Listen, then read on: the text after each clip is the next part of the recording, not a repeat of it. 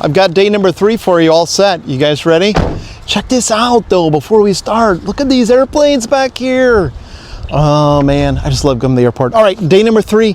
We're going to fire into it. Day number 3, Proverbs 3, 5 through 6. It says, trust in the Lord. You know, this one, a lot of you guys know, but like me, we're not applying it yet. Trust in the Lord with all your heart and do not lean on your own understanding. In all your ways, acknowledging Him. You know, I tend to trust on my own stuff. I tend to trust on my own heart, on my own understanding. And I tell you, when God says things like, you know, my ways are not your ways, Holy Spirit, I pray, help me to understand your ways.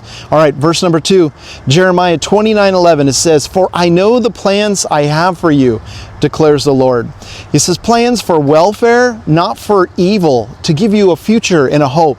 And that's one of the things too, that God understands our future. Sometimes we can barely understand this week, not to mention our future.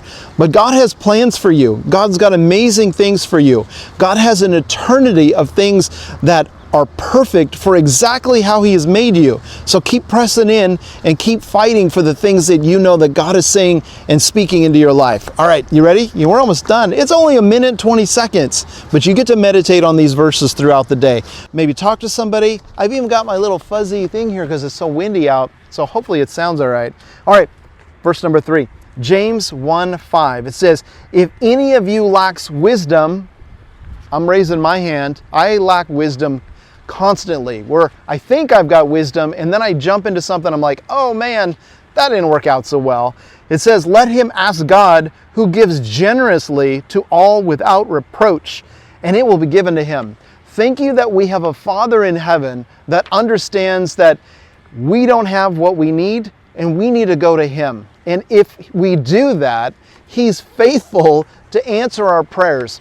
You know, there's some verses in the Bible that talk about praying and you get what you pray for. This is one of the things. It's almost like a biblical cheat code where God says, if you pray for this, I'm giving it to you. Definitely, 100% I'm giving it to you. Sometimes we think we have it all figured out, but I pray that as you go through your life one step at a time, that you would realize that you're lacking something, because I had to. I had to get to that point where, Lord, I'm not even going to rely on the things I think I know how to do, but instead, even those things, I'm going to ask you, Lord, do you need me to be doing it something different, a different way?